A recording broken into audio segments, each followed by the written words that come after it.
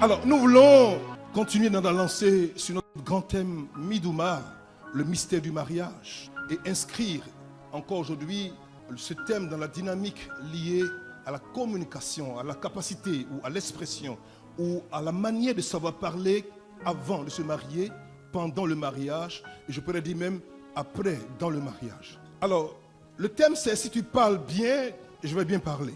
Si tu parles mal, je vais mal parler. Si tu continues, je ne sais pas ce qui va t'arriver. Je me suis rendu compte d'une chose, c'est que le mariage a pour fondement essentiel l'élément qu'on appelle la communication ou l'action commune de pouvoir avoir à interagir par l'expression vocale de la parole. Lorsque justement nous voulons réussir notre vie sentimentale, même avant même de choisir une femme, il faut savoir parler au cœur d'une femme. Et pendant qu'on choisit cette femme, qu'on l'épouse et qu'on est dans le mariage, il faut savoir entretenir cet amour par la parole. Et justement pour finir notre relation sentimentale, il faut savoir gérer tout cela pour que le mariage puisse perdurer pour l'éternité. Alors je me suis rendu compte d'une chose qui m'a beaucoup marqué, c'est que dans le mariage, parler guérit et soulage. Ne pas parler peut détruire, savoir parler sauve et donne la paix et la tranquillité. Je reprends. Parler dans le mariage guérit et soulage. Ne pas parler peut détruire, savoir parler sauve et donne la paix et la tranquillité, disait un jour le révérend Beskanga. Alors nous voulons amener les uns les autres à prendre conscience que l'expression de la parole, qui est l'élément par lequel notre divinité est rappelée, est manifestée, est attestée, est fondée. Alors l'expression de la parole doit savoir être utilisée avec essence, avec quintessence, avec intelligence et avec force et brio.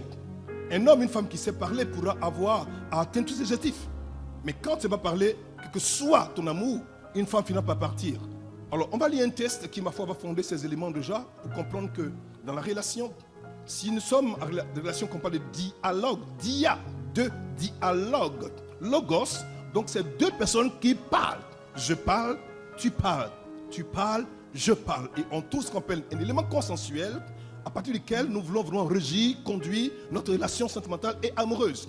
Mais lorsqu'on bannit la parole et qu'on impose des choses à une personne parce qu'on estime qu'on a assez d'intelligence, qu'on est plus grand, qu'on est plus fort et que l'autre personne doit se taire, alors ça se rend compte déjà, on crée de frustration dont la finalité sera de conduire vraiment à une situation désastreuse de chaos. Nous allons lire Job 32, Job chapitre 32, versets 17 à 20, version second 21. À mon tour, je vais répondre. Moi aussi, je vais exprimer mon opinion. En effet, je suis rempli de paroles, mon esprit me presse. Vous voyez? Je suis rempli de paroles, mon esprit me presse. C'est pour dire que la parole qu'on prononce, la parole qu'on énonce, la parole qu'on libère, en fait, a pour origine quoi? L'esprit de l'homme. Que l'esprit de l'homme est un vrai toi. C'est pour ça que lorsqu'on libère une parole qui est mauvaise, elle aura pour effet de libérer comme une tache sur la conscience ou sur le cœur de la personne qui a aussi son esprit. Donc c'est un langage d'esprit à esprit. Il dit, en effet, je suis rempli de paroles, mon esprit me presse. Continuons. Verset 19. À l'intérieur de moi, c'est comme du vin sous pression. Voyez-vous? Comme des outres neuves prêtes à éclater. Je dois parler pour me soulager. Regardez. Je dois parler pour me soulager. Si je ne parle pas, je m'expose. Si je parle, je suis soulagé. Donc si tu empêches ton homme, tu empêches ta femme de parler, en fait, tu te rends compte déjà, elle va finir par quoi? Par exploser. À l'intérieur de moi, c'est comme du vin sous pression, comme des outres neuves prêtes à éclater. Tu n'as pas le droit de museler ton époux, ton épouse ou même tes enfants. Tu dois leur laisser la latitude d'ouvrir la bouche et d'exprimer quoi? Leur opinion. Sinon, tu les tues. Et si tu les tues, tu te tues toi-même. Car on ne peut vivre seul. Raison de la création de la femme qui a fait donc la cellule familiale et donc de l'homme et de la femme et qui a fait la cellule familiale qui a fait donc quoi? La société. C'est parce qu'il y a un homme, il y a une femme qu'on peut créer quoi? Une société dans laquelle on peut vivre. Je dois parler pour me soulager. Je dois ouvrir mes lèvres pour répondre. Soyez bénis, asseyez-vous. Je pose cette fondation parce que si on ne prend pas conscience que nous sommes des êtres de parole et qu'on empêche de parler au motif qu'il n'est pas assez intelligent, elle n'est pas assez intelligente, alors on tue la personne sans se rendre compte. La parole est remède quand on sait l'utiliser avec intelligence. Elle est remède, elle est vaccin. La parole est vaccin avant d'entrer en communion ou en relation. La parole est sérum. Lorsqu'on se rend compte par la parole sérum, on peut arriver à affecter une destinée pour la rendre meilleure, pour donner la force de se relever. La parole est antibiotique quand il y a problème de santé dans le couple. La parole est vitamine. Lorsqu'on a besoin encore de se booster. Tout dépend de comment tu utilises la parole. Comme un vaccin, comme un sirop, comme un antibiotique ou comme une vitamine. Tout dépend de comment tu l'utiliseras. De l'usage de ta parole dépendra la nature, la qualité de ta relation. Éphésiens 4, verset 29, version parole vivante. Éphésiens 4, 29, version parole vivante. Regardez. Refusez de participer aux calomnies. Il dit refusez de participer aux calomnies. Refusez. Il n'est pas normal qu'une femme calomnie son époux avec ses enfants ou avec ses copines ou ses parents. Ce n'est pas normal d'aller calomnier, exposer, critiquer ton époux avec ses propres enfants, avec tes parents, ton père, ta mère, tes frères, tes soeurs et encore tes copines. Ce n'est pas normal. Dis ce n'est pas normal. Non, dis les convictions. La calomnie, c'est de dire une chose qui n'est pas fondée, qui est mensongère. Elle fait croire que c'est une vérité. C'est la calomnie. La calomnie tue des couples. Des femmes et des hommes sont calomniés, leur foyer a volé en éclats. Il y a un problème. Comment un homme peut arriver à calomnier son propre épouse? Comment une épouse peut calomnier son propre mari? Il y a un problème. Dieu donne la parole. Dieu donne la communication dans le couple pour qu'on se rapproche et qu'on apprenne à s'aimer. Oui, par ma parole. Je demande à mon épouse ou à mon époux que je l'aime. Pas pour le détruire, pas pour l'abaisser, pas pour l'injurier, pas pour le vilipender, pas pour le traumatiser, pas pour montrer qu'il ne connaît rien, qu'elle ne connaît rien. Non. Si tu l'empêches de parler, demain ça va exploser. Et quand ça explose souvent, on ne peut plus recoller. On ne peut plus corriger. C'est gâté, c'est gâté. Et quand c'est versé, on ne peut pas récupérer. Vous le savez très bien avec moi. La parole, c'est comme de l'eau versée. On ne peut pas récupérer. Fais attention à comment tu parles et avec quelle force spirituelle tu parles. Avec quelle impression spirituelle tu parles. Tout ce que tu parles, tout ce que tu dis, pardon, aura pour incidence de laisser une tache dans le cœur de l'autre. Et ça peut prendre des années pour arriver à enlever cette tache. Donc fais attention à comment tu parles. Il dit, ne laissez aucun propos blessant. Ne laissez aucun propos blessant ou inconvenant. Qu'on parle de convenance ou de blessant, c'est une parole, c'est un propos, c'est une expression, c'est une parole dont l'impact, l'effet, la connotation, la coloration aura pour incidence à décider de faire mal. Je te parle parce que je veux que tu t'en souviennes pour toujours. Qui es-tu pour agir de la sorte? Ta parole doit être instrument de guérison, un remède et non pour tuer. Même s'il y a péril en demeure, parce que la même personne à qui tu parles aujourd'hui, tu vas encore devoir vivre avec elle pendant longtemps. Donc pourquoi lui parles-tu ainsi? Pourquoi la matais-tu ainsi? Pourquoi humilies-tu ton mari ainsi?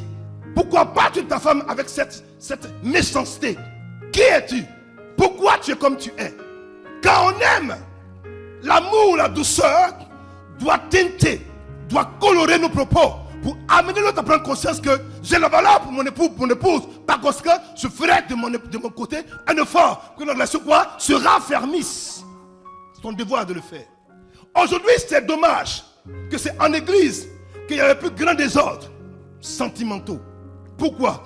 Parce qu'on n'a pas voulu enseigner à l'église ce qu'on doit enseigner à l'église. Et l'église n'a pas voulu obéir et ni pratiquer ce qui a été enseigné. Mais ici, là, on va pratiquer. Je ne suis pas ton juge, je suis ton pasteur. Mais mon rôle te dit ce qui est quoi? La Bible dit. Il te dit à te réaliser. On va y arriver ensemble. Il dit, ou inconvénient, ou simplement inutile. Il y a les paroles inutiles. Il y a les plaisanteries inutiles. Qui pour toi c'est une plaisanterie, mais pour la personne c'est une blessure. Fais attention à comment tu t'exprimes. Oh, tu sais quoi? Oh, ma femme vraiment, bon, tu sais, oh, elle a un parfum là vraiment qui sent tellement mauvais, mais puis il rit. Oui, pour toi c'est une plaisanterie inutile, une parole inutile, mais tu l'as blessé sans t'en rendre compte. Et le soir, tu vas lui dire, chérie, je t'aime. On va te dire, il faut aller là où il y a bonbon parfum là. Va là-bas, tu vas aller faire ce que tu fais là-bas. Il y a bonbon parfum, va chez bonbon parfum. Va là-bas. Ici, là, il n'y a pas bonbon parfum ici. Mais chérie, si c'est ma misère, ou toi t'amuses, mais elle ne s'amusait pas. Et tu l'as dit devant qui? Et tu l'as dit comment? Devant qui et comment? Faites attention. C'est une partie de toi. C'est ton épouse, c'est ton époux. Tu lui dois quoi? Respect, obéissance, amour et soumission. Fais attention. Si tu n'es pas encore marié, voilà. Je te donne maintenant les moyens de savoir comment amener ta femme ou ton époux à devenir épanoui dans votre relation. Il dit, franchis le seuil de vos lèvres. Il y a des hommes qui parlent comme des femmes, comme des pies. Garçon, tu parles comme une pie. Toi, garçon, frère, tu as un problème spirituel. On doit te délivrer. Un garçon, sa bouche est dans toutes les causeries de la maison. Dans tous les affairages. Il parle, ça finit pas. Il cause, ça finit pas. Il a toujours les derniers scoops. Un garçon. C'est pour ça qu'on voit un garçon commencer à avoir des comportements. Il parle. Faites attention. Son garçon là, c'est pas trop clair. Un garçon qui parle trop, qui fait des gestes comme ça là. Son affaire n'est pas claire. Un homme vrai. Un Woody. Un Yassoua. Un garçon pile, posé, assis. Un vrai garçon. Il parle moins. Tu es l'autorité. En toi, Dieu siège. Il a posé en toi l'autorité. Donc, valide, valorise ton autorité. Mais parle pas comme une pipe. Mon frère, tu as un problème spirituel. Poupée, il est fâché. On sait quoi? C'est qui encore? C'est le mari. C'est qui encore? C'est le mari. C'est qui encore? C'est Gaston. C'est qui encore? C'est Gaston. Gaston, sois délivré au nom de Jésus. Tu parles trop. La femme peut beaucoup parler parce que c'est sa nature. Je l'ai dit ici, une femme parle par jour 33 000 mots. Regardez, 33 000 mots. Elle cause, elle seule, pas journée. Pou, pou, pou, pou, pou. Hé, pou, hé, pou, pou, pou, pou, pou, ah, et puis, papa, pou, pou, pou, papa. 33 000. Si tu l'empêches de parler pendant une semaine, pendant un mois, le jour où tu vas parler, mon frère, tu seras délivré. Apprends à comprendre et à connaître la nature de ton épouse. Savoir que sa mémoire est une mémoire auditive. La mémoire de l'homme est une mémoire visuelle. De même que la femme aime entendre pour se sentir bien et valoriser, l'homme aime voir, se sentir bien et valoriser. Ma fille, je t'en prie, fais-toi belle. Si tu es belle, il va te qualifier. Si tu es moche, il ne te qualifiera pas. Pourquoi? Parce que sa mémoire est quoi? Une mémoire visuelle. Ce qu'il a fait, c'est ce qu'il voit et non ce qu'il entend. Mon fils, ta femme, c'est pas ce qu'elle voit qui l'importe, c'est ce qu'elle entend de toi. Elle prépare un repas qui est extrêmement salé, qui est immangeable. Un repas qui peut tuer un garçon. Tu regardes le repas. Toute la journée, elle s'est préparée pour faire le repas pour toi. Elle s'est battue. Elle me dit, ta petite chérie, il faut manger. Tu prends la cuillère, tu mets dans ta bouche. Tes yeux tournent comme ça. Tes frères sont là, tes parents sont là. Tu regardes, tu dis, oh chérie, mais quel repas, mon Dieu. Un repas formidable. Ma chérie est une vraie cuisinière. Mais vraiment prochainement, mets moins de sel. Vous voyez ce que je dis? Tu as parlé, hein? Elle a compris le message. Mais tu mets dans ton bout. C'est quoi ça? Ça c'est femme ça? Oh, mon père m'avait dit. Je regrette même de t'avoir épousé. Tu l'as tué. Tu l'as meurtri. Tu l'as anéanti. Tu l'as complètement. C'est-à-dire que tu as enlevé son âme. Ça me rappelle cette histoire que je raconte, que j'aime raconter quand j'annonce le mariage ici. L'histoire de cet homme qui a invité, c'était un missionnaire qui a marié une demoiselle qui allait à l'école. Elle connaît papier, mais elle ne s'est pas préparée. Et quand on s'est préparé, fait quoi? On apprend à préparer. Dis à ton voisin, apprends à préparer. Non, dis-le avec conviction. Non, dis-le fort. Dis-le au garçon même. Le monsieur va recevoir à manger 8 personnes dans la maison. 8 collègues missionnaires. Il dit, ma femme, comme c'est le patron des missionnaires, donc tout le monde est invité à manger sur le patron. Il dit à ma femme, mes collègues sont là pour manger. Je dis, maman, viens de voir, qu'est-ce que tu prépares? Sauce arachide. Il dit, j'ai compris. Elle va au marché, elle achète de l'arachide, elle les fait casser, elle prend les graines d'arachide, elle vient à la maison, elle prépare, elle prend les feuilles, la viande, tout ça, déjà, elle met l'eau au feu, elle met les graines d'arachide dedans, elle met le poisson, tout ça, elle met dedans, elle met le kumaji, elle fait bouillir. À l'heure du repas, les invités sont assis à table. Tout le monde est assis. On va maintenant servir la sauce. On sert le riz pour tout le monde. On sert la sauce. Comme ça. Tout le monde regarde. Bon. Le monsieur regarde sa femme le regarde. Elle a souri. Elle a préparé une sauce arachide. Alors, au moment où tout le monde s'en fait à manger, le mari qui comprend le problème, mange le premier. Il mange. Il dit, mon Dieu, quel repas! C'est quand même le regarde, surpris. On lui avait dit qu'il avait mangé sauce arachide. Mais il voit les graines d'arachide dans la sauce. Il dit, ah non, ça c'est une recette que ma femme a inventée. On appelle ça mâcher, avaler. Vous ne savez pas ça, mais cette sauce d'arachide, chez nous ici, là, c'est une sauce d'arachide en masse, et puis maintenant on avale. Ça devient sauce d'arachide dans la bouche et non en dehors de la bouche. Il a couvert son épouse. Il a su lui parler. Et après, quand les invités sont partis, il a dit, ma chérie, sauce d'arachide là, c'est pas comme ça on fait. Viens, maman, il faut la doser. La dose là-bas, c'est compliqué. Savoir parler, parler avec justesse, avec force, peut sauver un couple, le raffermir, le rendre fort et le rendre grand. Et le faire durer dans la durée, dans l'amour et dans l'harmonie. Tout dépend de comment tu t'exprimes. Il dit, cherchez les mots. Avant de parler, il faut chercher les mots. On ne parle pas pour parler. On ne parle pas quand on a envie de parler. On parle quand il faut parler. Quand il faut parler. Quand c'est nécessaire de parler. Pourquoi tu parles pour ne plus rien dire? Un homme qui parle beaucoup, une femme qui parle beaucoup de gens, on ne la respecte pas, on ne la considère pas, on a tel quoi d'une fois, oh elle parle trop, elle est volubile, cette femme-là, mon Dieu, c'est une véritable pipelette, et puis on la met de côté. Non. Pourquoi? Parce que malheureusement, par ton expression, qui est un peu trop exagérée, on te catalogue et on te donne une autre identité qui n'est pas ton identité. Donc fais attention comment tu parles. Il dit quoi? Cherchez quoi? Les mots.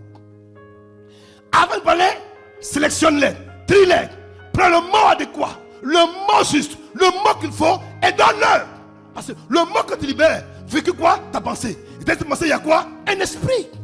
Chaque mot véhicule quelque chose de spécial qui peut tuer ou faire vivre. La vie et la mort sont au pouvoir de la langue. Ceux qui aiment, ils en mangent quoi? Les fruits. Apprends à parler, mon fils. Cherche tes mots. Dis à ton voisin, cherche tes mots. Dis-le. Dis-le bien. Dis-le avec conviction. Il dit les mots qui aident et encouragent.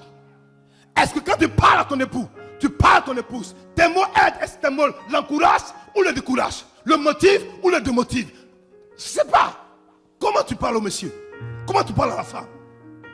Le monsieur s'en va toute la journée au travail. Il va se battre pour avoir des revenus pour la maison. À peine il faut sortir de la maisonnette, en même temps on le bombarde. Hé Gaston, je t'avais dit. Je t'avais dit non. Je t'avais pas dit que si tu viens sans envoyer mon pain, tu auras affaire à moi. Je t'ai pas dit.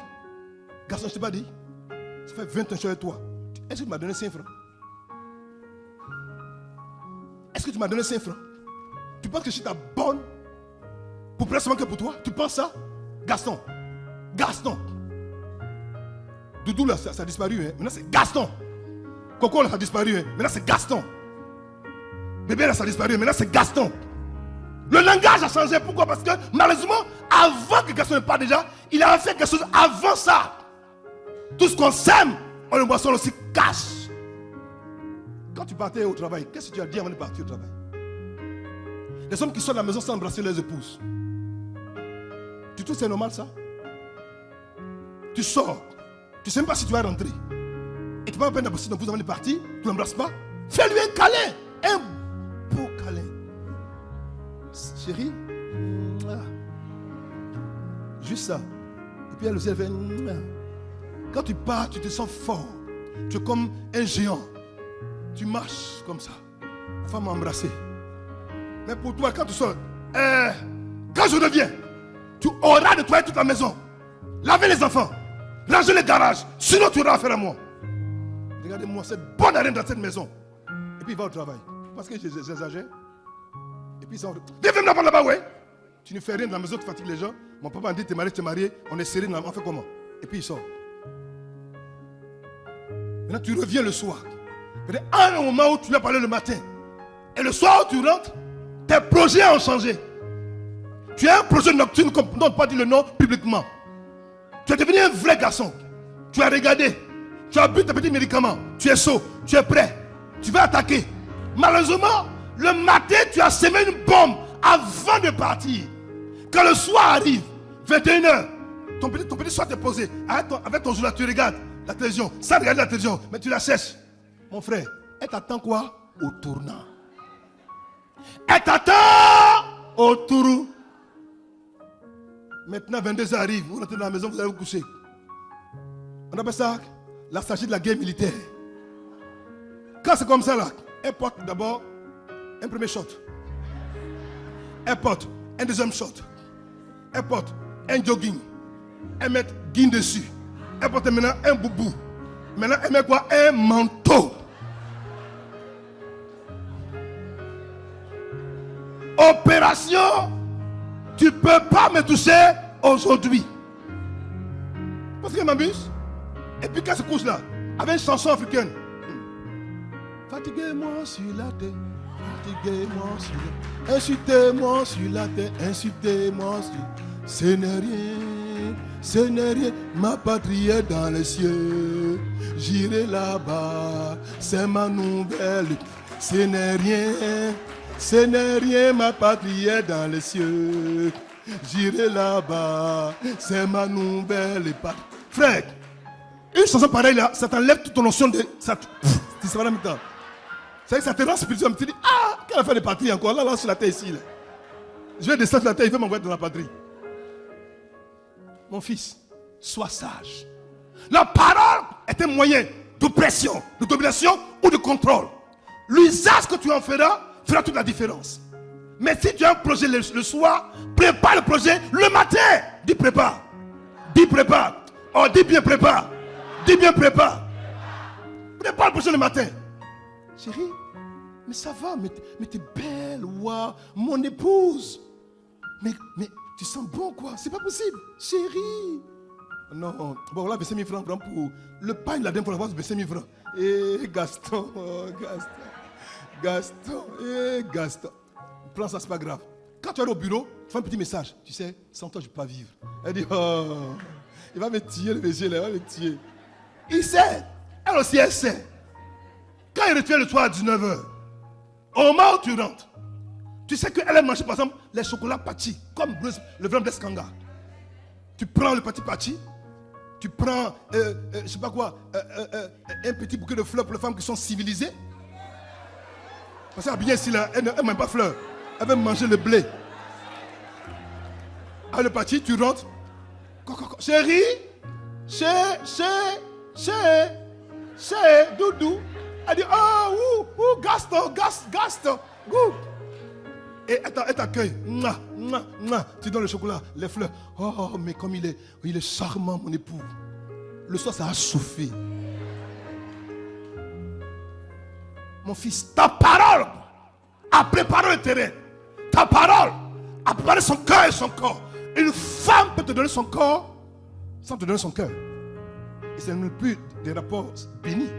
C'est juste un devoir conjugal. Ça devient quoi? Dangereux. Par ta parole, tu peux le faire. Arrête! Il dit, cherchez les mots qui aident et encouragent, que chacune de vos paroles contribue au progrès spirituel. Contribue. Est-ce que quand tu parles à ton époux, tu parles à ton épouse, ça contribue à quelque chose de sa vie? Ce n'est pas le cas alors. Apprends de maintenant à parler. Comment parles-tu à ton époux, à ton épouse, à ton fiancé, à ton fiancé, même à ton pasteur? Comment tu lui parles? Même à ton frère en Christ, comment tu lui parles? Comment parles-tu à tes enfants? Est-ce que quand tu parles, ça contribue à son bonheur ou à son malheur? Dites à propos, les paroles, elles pourront être le moyen par lequel Dieu fera quoi? Bénira ceux qui vous entendent. Ta parole aura pour effet, pour incidence, pour finalité de faire quoi? De bénir. De bénir. Est-ce que quand tu parles, ça bénit? Ou quand tu parles, ça détruit? Quand tu parles, ça restaure? Ou quand tu parles, ça anéantit? Qui es-tu? Apprends à parler. On te connaît pour quelqu'un quand il parle. C'est la guerre partout. Ta parole est une parole dure, méchante. En pleine méchanceté. Et tu dis, je suis plein d'amour. Tu n'as rien compris, toi. La seule fois où j'ai vu le Seigneur parler durement, vraiment durement, c'est quand il était dans le temple et qu'il a vu des vendeurs dans le temple. Il parlait avec une certaine notoriété, certaine puissance, certaine force, certaine sagesse, et certain amour.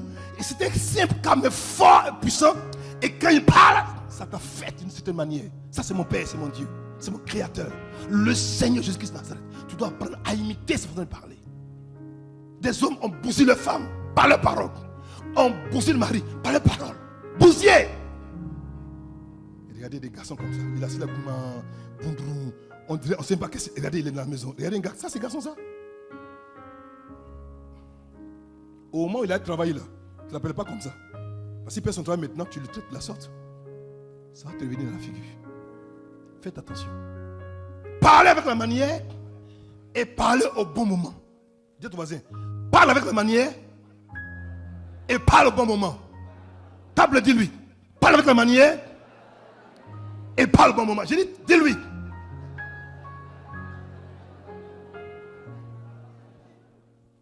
La communication, ce n'est pas seulement, c'est pas un monologue, c'est un dialogue. Et le dialogue répond à des critères qui sont des critères précis. Et pour mieux dialoguer, il faut éviter de faire ceci. Regardez par exemple, quand on veut dialoguer, on n'écrit pas pour intimider l'autre et vouloir prendre dessus. C'est-à-dire que quand ils sont des doigts parler là, c'est cri.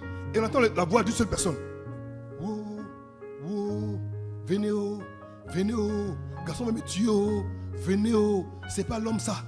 Vraiment, c'est pas l'homme ça. Regarde le musique qui va là-bas là. Le musique qui va là-bas, vraiment, c'est pas garçon. Il est mauvais. Dans le quartier, tu es réputé. Dans tout le quartier, dans toutes les parties de maison, quand tu passes, on dit, oh, l'enfant qui fait par là-bas arrive encore. C'est-à-dire qu'on t'a étiqueté à cause de sa façon de quoi? De mal communiquer. Parce que quand tu communiques à ton mari, tu cries. C'est toujours vous qu'on va régler vos problèmes. Toujours c'est vous. Et quand on va, la femme assise sur le garçon en train de le frapper. Mes enfants, regardez-moi. Pourquoi quand Dieu a créé Adam, le diable n'a pas attaqué? Mais quand Ève a été créée, le diable a attaqué le couple. Parce que l'individu ne compte pas. C'est le couple qui compte. Si tu ne comprends pas ces réalités, et que tu n'arrives pas à interroger cela, à prendre conscience de ce que ça veut dire, tu ne sauras pas que parce que tu as décidé de te rentrer en couple là, tu deviens la cible du diable. Donc fais attention. Il passe par tous les moyens pour t'avoir.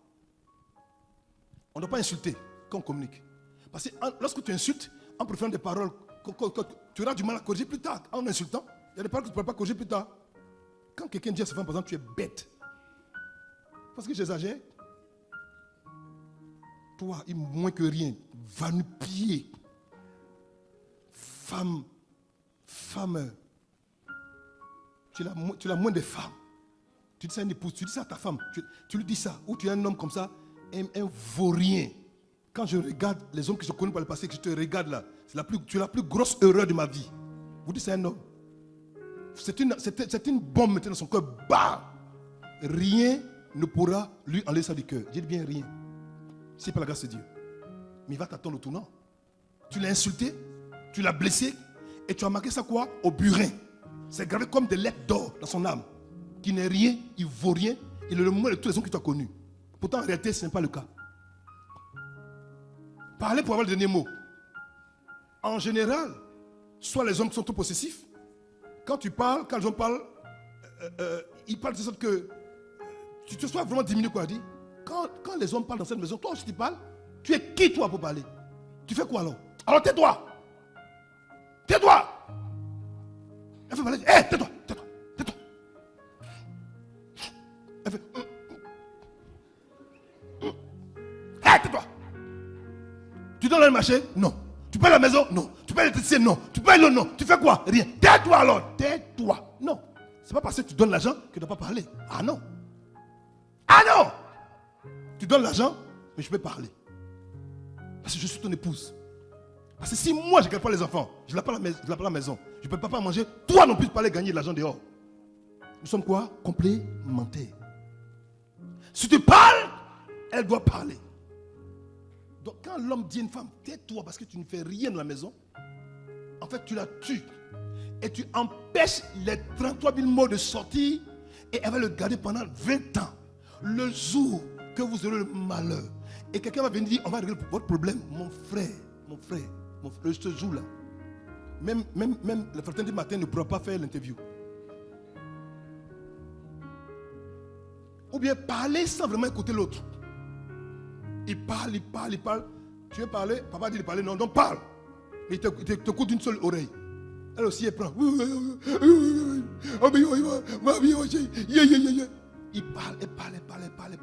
Il dit, vite ton sac. Et puis bon, on va passer à autre chose. Tu la tues aussi également. Parce qu'elle n'aura pas parlé, évidemment. Parce que tu n'as pas prêté ton attention à cette femme-là. Ou à cet homme. Tu l'auras détruit. Je t'en prie, mon fils, ma fille. Il faut faire ça, c'est pas bon.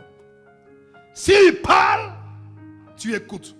Si elle parle, tu écoutes. Qu'elle a fini maintenant, toi tu reprends, tu parles. C'est comme ça qu'on dit, on communique.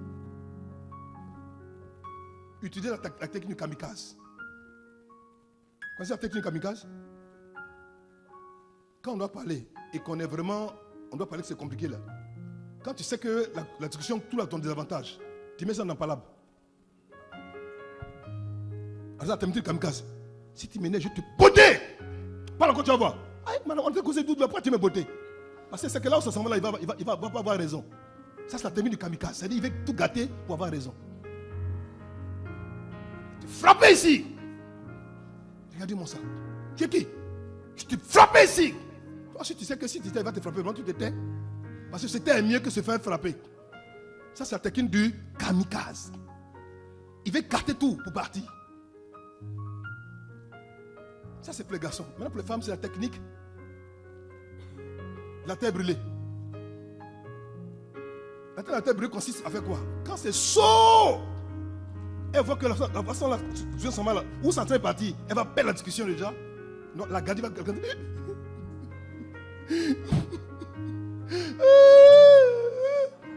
Elle pleure. C'est ta gadie, non? C'est ta gadie.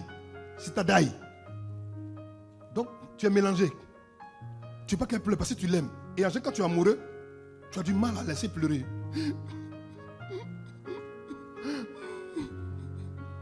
Et puis elle va te rappeler un vieux truc. Quand son père était mort, comme si mon père était là. En mettant tout ton fardeau. Quand son père est mort, tu n'as pas payé le mouton. Tu n'as pas fait Yacoub. Elle te rappelle toutes ces vieilles choses là. Tu te sens coupable en même temps. Tu dis, oh, c'est bon, c'est bon, c'est bon. On ne parle plus. C'est bon, mais c'est bon, chérie. On ne parle plus, c'est bon, c'est bon, c'est bon. C'est fini, c'est fini. Mon frère, elle t'a eu. Dis, elle t'a eu. Elle t'a eu. Asseyez-nous et discutons. Ça va finir. Non, je vais vous livrer les femmes. Et cette technique-là, si par malheur ça ne marche pas, elle va le déverser à la technique de la guerre froide létale. Écoutez-moi bien. Quand la technique de la terre brûlée ne marche pas, c'est la guerre froide létale. C'est-à-dire qu'en fait, elle a fait tout, mais mon frère s'assoit. C'est-à-dire, tu es dur, tu dis non, aujourd'hui il faut qu'on parle. On doit parler aujourd'hui. Elle t'attend au tournant le soir. En ce moment, elle fait quoi? Elle va se mettre dans un mutisme sonore. La maison est calme mais bruyante. Tu sais, les mouches pour le. On t'attend au tournant, frère. On t'attend au tournant. Un jour passe. 2 jours passent. Toute la maison est calme, silencieuse, personne ne parle. Elle ne peut pas manger, elle te donne, ça y est là. Tout est préparé sur sa table, elle va et vient. Maintenant, le jour que toi, tu vas devenir garçon, tu vas vraiment l'attaquer au tournant. Si tu savais, tu n'avais pas fait ça.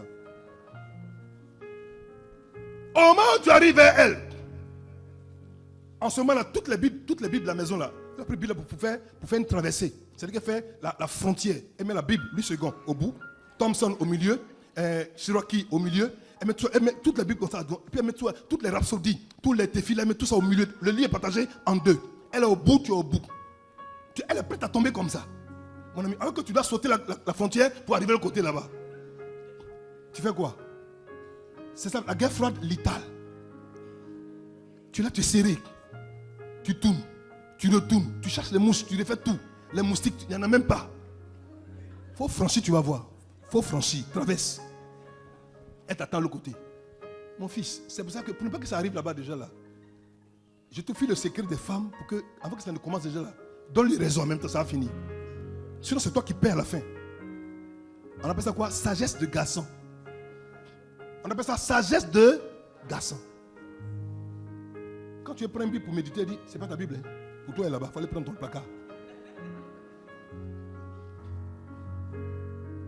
Ne cédez pas à la colère et aux paroles blessantes et injurieuses qui, à la fin, peuvent vous mettre pour une mauvaise posture. Ta posture, c'est que si tu as insulté une femme aujourd'hui, là où il ne faut pas insulter, pendant 100 ans, elle va te rappeler ça.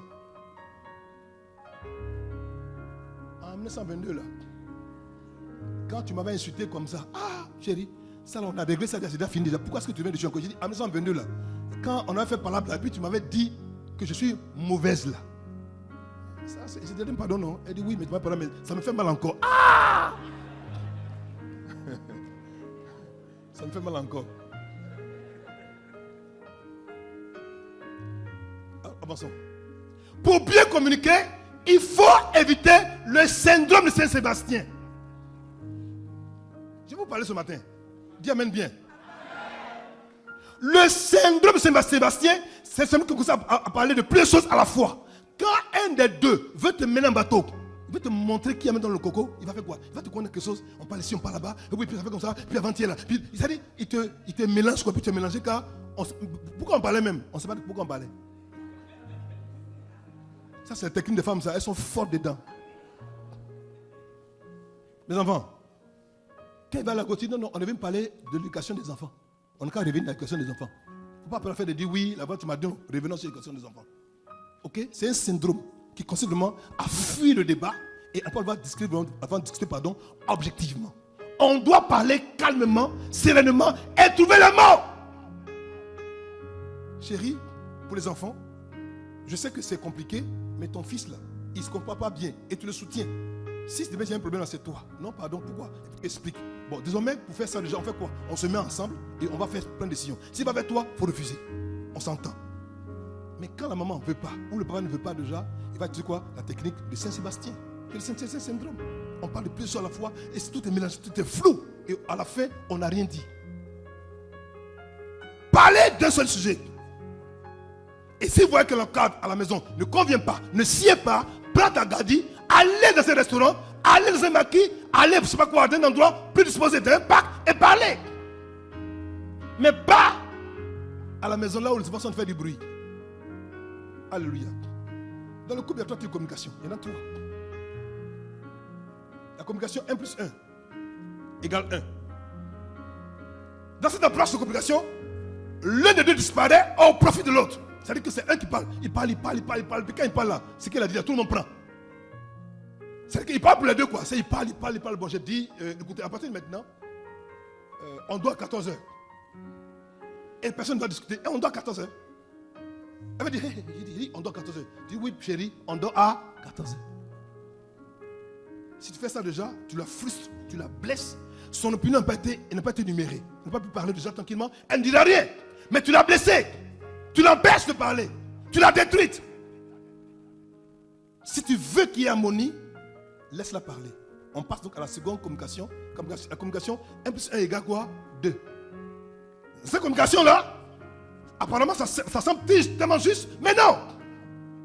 Dans cette communication, monsieur est fort, madame est forte. Madame est forte, monsieur est fort. Quand un parle, l'autre parle. Tu parles, je parle, tu parles. Tu es qui? Tu as quoi? Tu as un bac? J'ai un bac. Tu as un maîtrise plus 4? Tu as un bac plus 4? J'ai un bac plus 4. Tu as beaucoup d'argent? J'ai beaucoup d'argent. Tu es patron? Je suis patron. Donc il y a quoi, monsieur? Pourquoi tu me parles? En général, c'est quand la femme a un peu de pouvoir, dit, et puis après, monsieur, le problème c'est quoi? Elle te regarde comme ça, avec des envoltures. Oui, le problème c'est quoi là? C'est quoi le problème là? Toi, tu es garçon, mais tu te sens petit comme ça en même temps. Tu es assis là, tu peux plus. Tu dis, yeah, c'est ma femme. Tu me parles comme ça, et puis tu n'es pas compris, tu vas me faire quoi? Toi, oui. Yeah! Garçon! Et assois! Et où? Tu vas me faire comme ça. Et puis je te parle, tu me feras quoi là? Tu me feras quoi?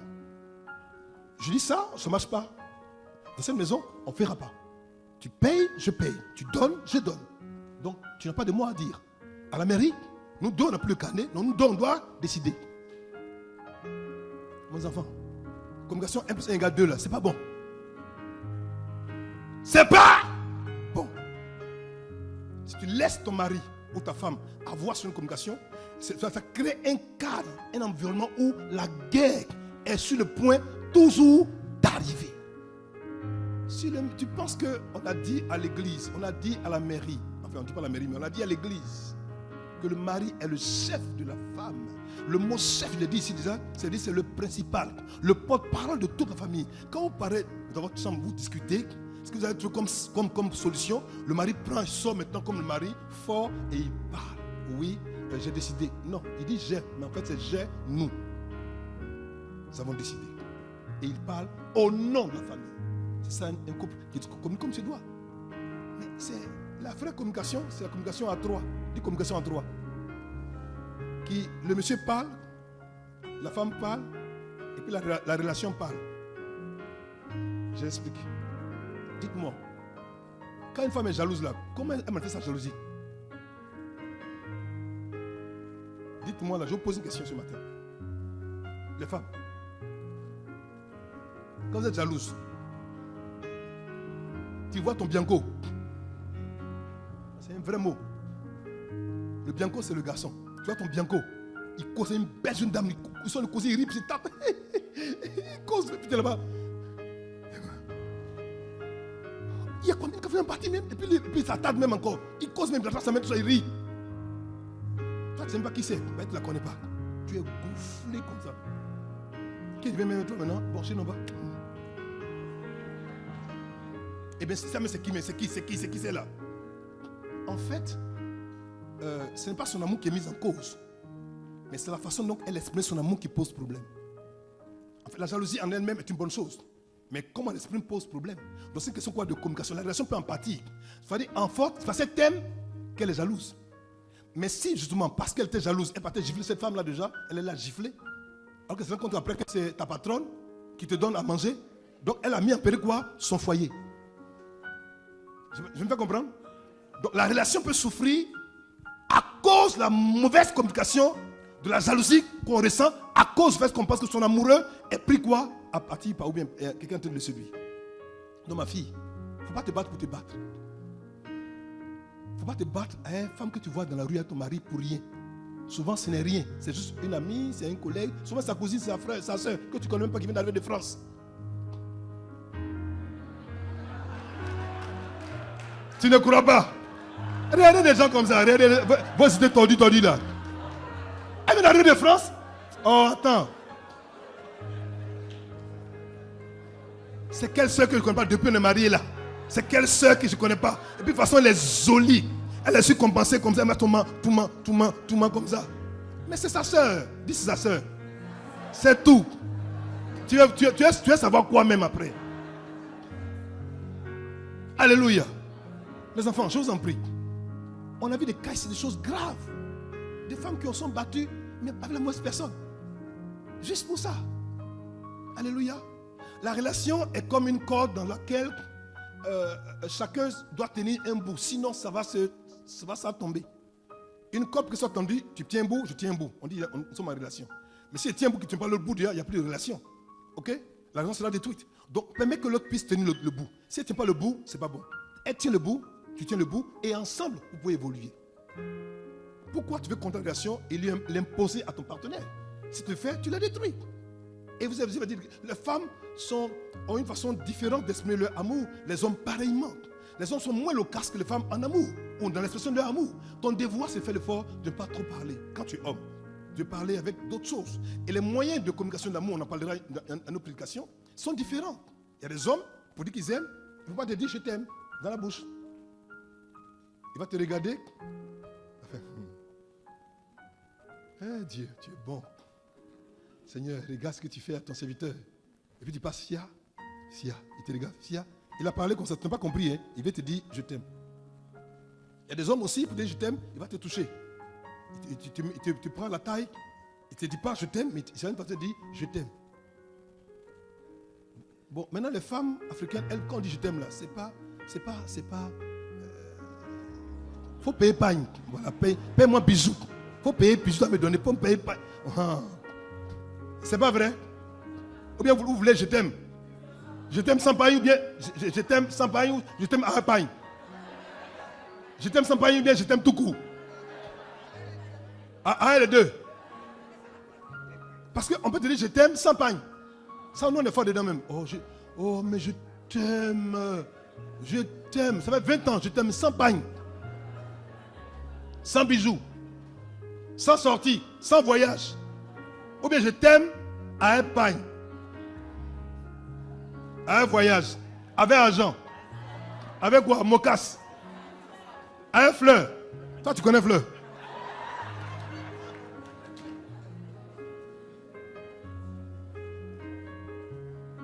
Écoutez, mais aujourd'hui, nous avons une classe de jeunes femmes africaines qui connaissent le langage des fleurs. Oui, elles connaissent bien. Demandez à Mireille Déby, elle va vous dire. Et c'est ce que c'est les fleurs. Les fleurs. Des fleurs roses, très rouges. avec vraiment une bonne bouteille pas de champagne, de Niamankou bien glacé. Nous sommes chrétiens, on ne peut pas champagne ici.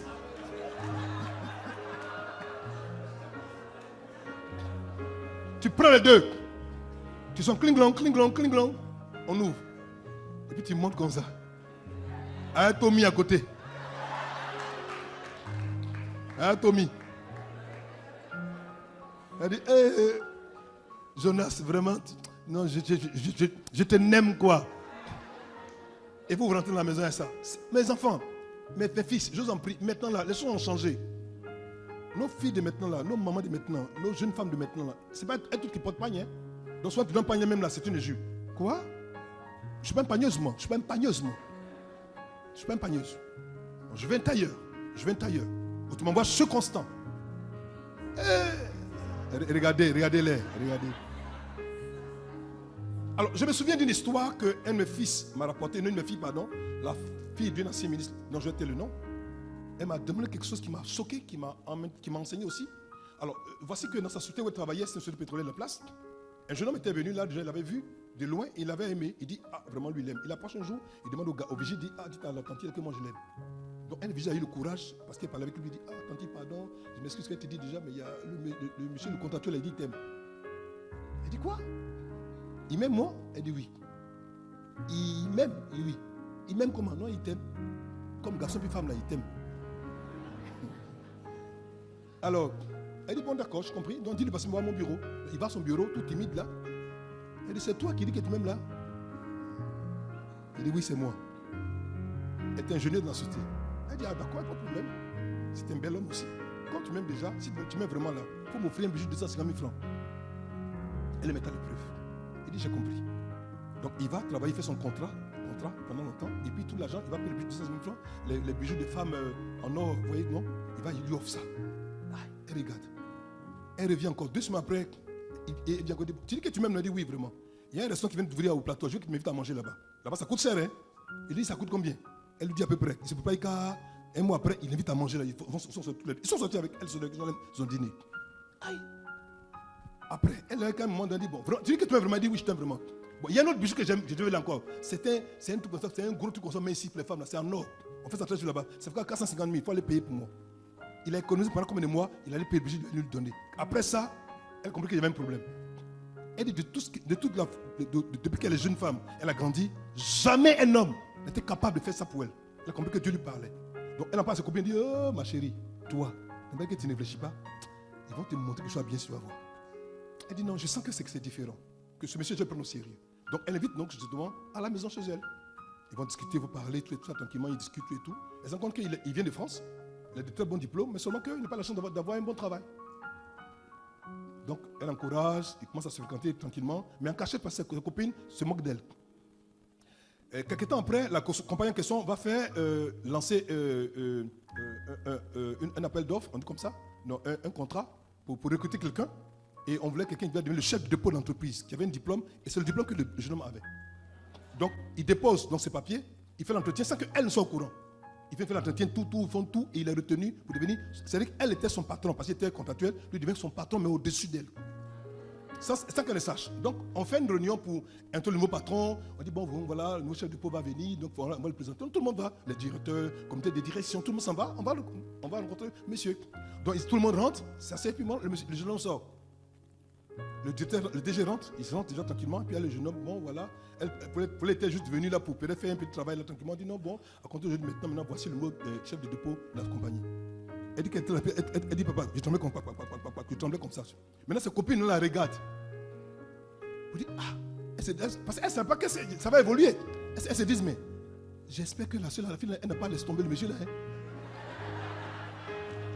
Les femmes sont intelligentes. Hein. C'est comme ça qu'ils s'assoient. En fait, ils font tout le travail, tout est bouclé, tout est fini. Et après, quand c'est fini, maintenant, ils disent, mais qu'est-ce qui s'est passé? Il dit, non, je voulais te montrer vraiment que je t'aimais. Donc, lorsque le concours était lancé, j'ai travaillé comme un fou. Et aujourd'hui, je te rends heureux. Jusqu'aujourd'hui, je te dis, là, il a rien réussi.